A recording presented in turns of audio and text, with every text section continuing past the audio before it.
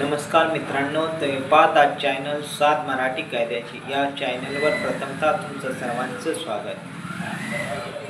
भारतीय राज्यघटनेने आपणास शिक्षणाचा मौलिक अधिकार आर्टिकल 21 प्रमाणे दिलेला आहे। हा अधिकाराचं संरक्षण करण्यासाठी केंद्र सरकारने शिक्षा अधिकार अधिनियम 2009 म्हणजेच RTE ॲक्ट 2009 हा पास केलेला आहे। यानुसार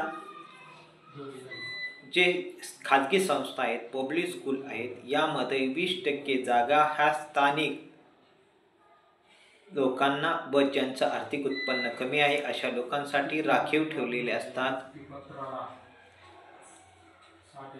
परंतु काही संस्था ह्या आधार कार्डावरती त्या मुलाच्या आधार कार्डावरती स्थानिक पत्ता नाही म्हणून